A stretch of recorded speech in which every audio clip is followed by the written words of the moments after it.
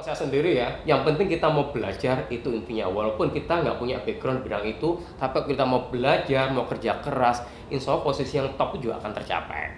Ya kan? Betul. Apapun caranya Anda akan harus belajar. Yang pasti adalah jangan pernah Anda sikut-sikutan sama teman Anda.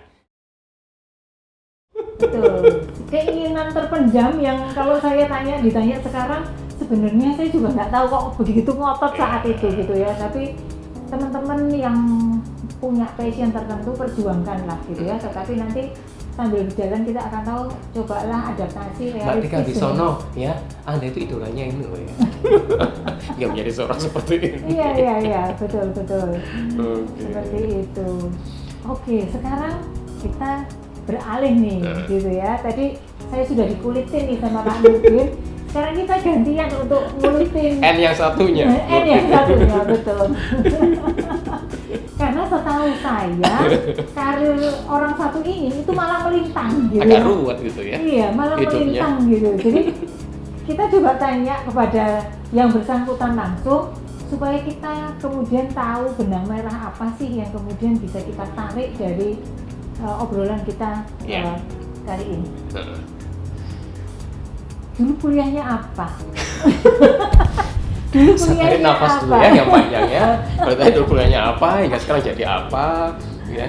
Jadi teman-teman ya, saya dulu sebenarnya kuliahnya itu ambilnya manajemen keuangan. Jadi banyak terkait dengan keuangan, ya kan, neraca, laba rugi dan sebagainya itulah ya. Pintar ngatur duit lah. Ya, dipinter-pinterin lah ya. Ya. Dalamnya juga lulus 4 tahun ya. Dan sekarang pintar nyari duit. Dari dulu pintar nyari duit. Hingga akhirnya begitu lulus pada tahun itu sempat berkarir di salah satu pabrik jadi seorang sales dulunya. Kemudian nggak lama sih, cuma berapa bulan setelah itu kerja di dunia perbankan. Ya, perbankan beberapa tahun, hingga akhirnya terjadi krisis moneter saat itu ya. Itu yang krisis tahun berapa itu? Perlu disebutin 1918. ya. 1998 ya. Kelihatan banget itu banyak ya.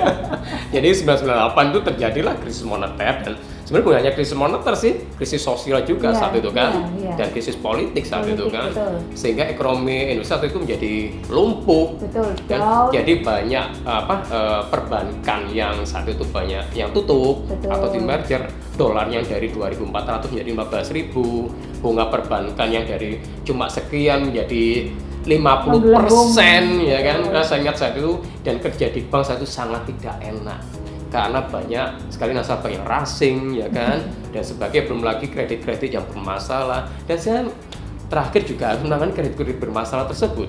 Oh ya. Begitu. Ya akhirnya pada tahun 99 ya sudah lah ya, cukup lah ya gitu. Dan ada tawaran satu dari International Labour Organization menjadi seorang trainer satu. Jadi saya apply lah di sana dan diterima menjadi seorang trainer. Jadi trainer di bidang terkait dengan organisasi labor ya kan, yang kita sosialisasikan saat itu ke perbankan sama di telekomunikasi satu. Jadi posnya di situ saya ya kan. Terus kemudian nggak berapa lama kemudian, mungkin setengah tahun kemudian, adalah iklan lowongan butuh trainer di salah satu perusahaan konsultan. Perusahaannya juga Ibu Novi Nimbrus. Kantor kita yang sama. Dan bertemulah 99 sama Bu Novi. Cuman beda divisi ya kan. Karena saat itu saya nyemplungnya ternyata di LPPM-nya ya, Lembaga Pendidikan dan Pengembangan Manajemen. Nah, saya itu ternyata dibayar saya menjadi seorang trainer karena saya selama sekian bulan ya paling nggak punya experience selama menjadi seorang trainer kan. Tapi nyemplung di sana dunia berbeda. Karena kalau sebelumnya jadi trainer di bidang labor organization kan, di sini banyak terkait dengan personal development, MSDM gitu kan. Dan akhirnya materi baru, hal baru, dan ketemu para psikolog di sana. Saya bukan psikolog ya. Jadi dimakan sama psikolog. Jadi saya itu kalau Bu Novi dulu bilang itu psikolog gitu ya.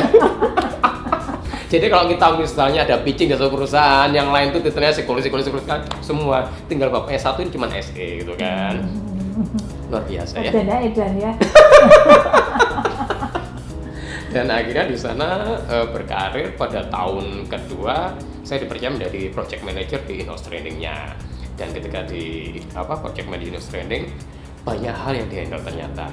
Bukan hanya membuat materi, menyiapkan studi kasus atau manajemen tim, tapi memanage subdivisi itu sendiri, ya kan? Mulai dari mencari klien, memanage klien, ya kan? Jadi untuk profit center lah. Betul. Jadi Terus bisnis sendiri. betul, research materi-materi baru, riset terkait dengan studi kasus yang baru, manajemen game yang baru dan sebagainya. Dan ternyata juga yang kita deliver bukan hanya training terkait dengan personal development, tapi juga ada training keuangan, training pajak, training audit, kemudian training productivity, semua hal terkait dengan manajemen itu kita jual. Wah, luar biasa berarti ya perjuangannya untuk Tapi switch. targetnya juga luar biasa. Yang diberikan oleh Bapak yang satu itu Iya. saat itu ya. Dan berjalan waktu hingga akhirnya saya tidak hanya bekerja menjadi di in-house training, tapi juga menjadi instruktur outbound juga di sana saat itu. Jadi saya setiap di lapangan di ya kalau lapangan. outbound Jadi ya. kalau saya weekend itu menjadi orang hutan ya, istilah seperti itu. Iya. Jadi Senin sampai Jumat di Karena klien rapi namanya berdasi. outbound ya, jadi pasti di hutan Betul. lah, di sungai Nah. gitu ya. Paling bagus ya kayak di cottage kayak gitu, tapi itu pun juga di Itu kalau lagi outdoornya. alhamdulillah ya. Kalau lagi alhamdulillah ya. Tapi yang pasti kan aktivitas di lapangan kan. Iya. Tidurnya aja mungkin di cottage, tapi di lapangan ya tetap berjalan di hutan dan sungai dan sebagainya itu.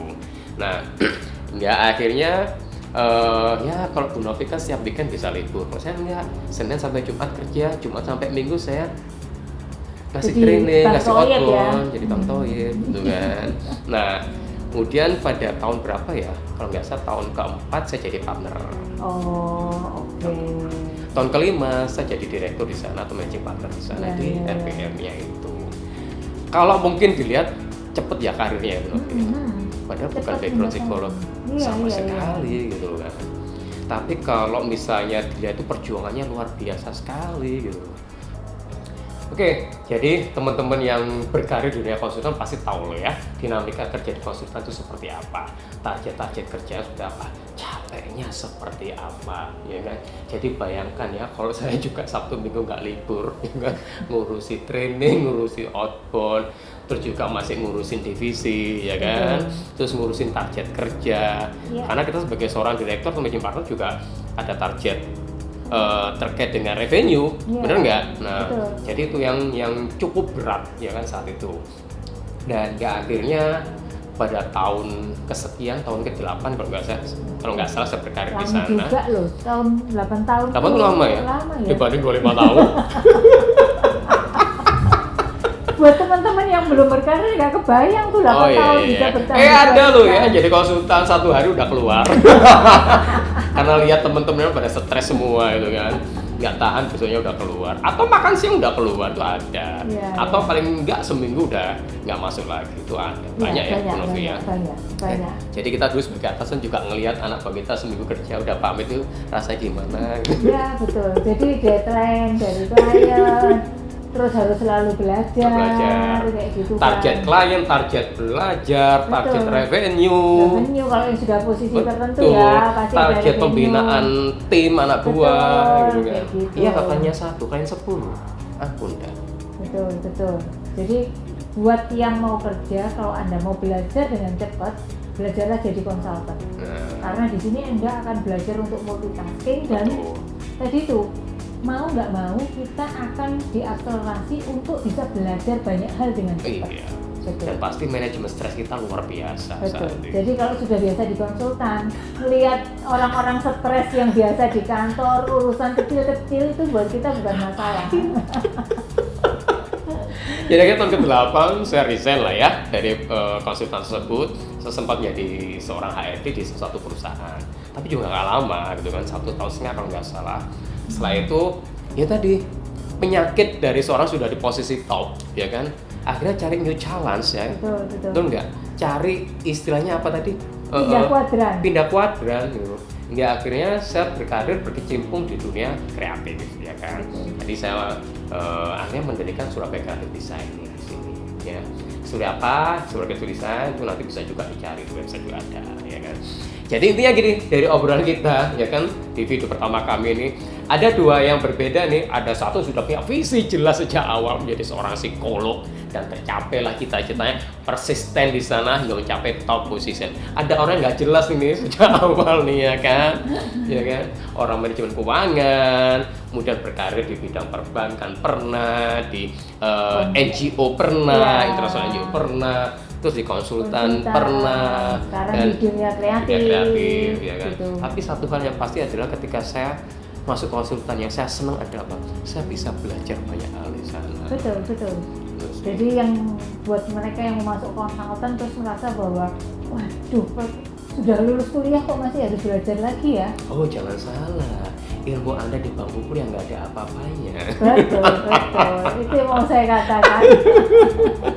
Jadi kalau Anda mau pengen kelihatan smart, bukan kelihatan smart beneran, jadilah seorang konsultan.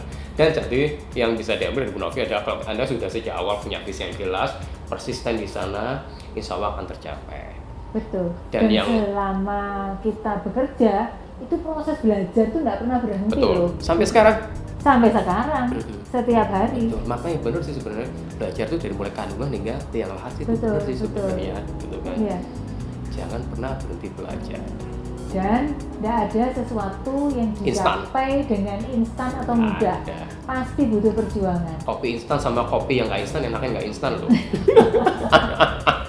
Semua orang tahu. Iya, jadi gini ya. Intinya gini, yang pasti kalau saya sendiri ya, yang penting kita mau belajar itu intinya. Walaupun kita nggak punya background bidang itu, tapi kita mau belajar, mau kerja keras, insya Allah posisi yang top juga akan tercapai.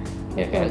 Apapun caranya Anda akan harus belajar. Yang pasti adalah jangan pernah Anda sikut-sikutan sama teman Anda. Itu nanti kita bahas pada sesi berikutnya ya. Sikut-sikutan di lingkungan kantor. Seru tuh kayaknya. Seru banget pasti. Oke, jadi itu video pertama dari kami, ya kan? Terima kasih. Sampai ketemu lagi di video berikutnya.